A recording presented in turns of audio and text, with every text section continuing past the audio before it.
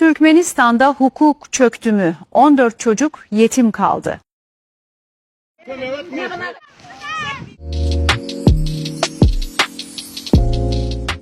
Jeton yükletmek istiyorsanız alttaki hesapla iletişime geçin.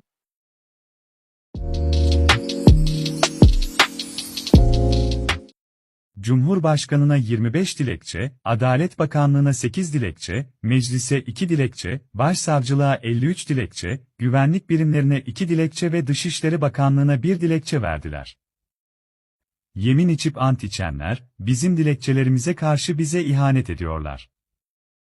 Şıhıyev ailesinden 2 kardeşimiz suçsuz yere özgürlüklerinden mahrum ettiler, hapse attılar, 14 çocuğu anne babasız, yetim bıraktılar. Küçük kardeşim ALT Şıhıyev'in ailesini öldürdüler, Tilla Gözel Şıhıyeva'nın ölümüne sebep olanlar 80.000 Türkmen manat parayı ve evin 3 halkalı anahtarını yok ederek 2 kardeşimi suçsuz yere hapse mahkum ettiler.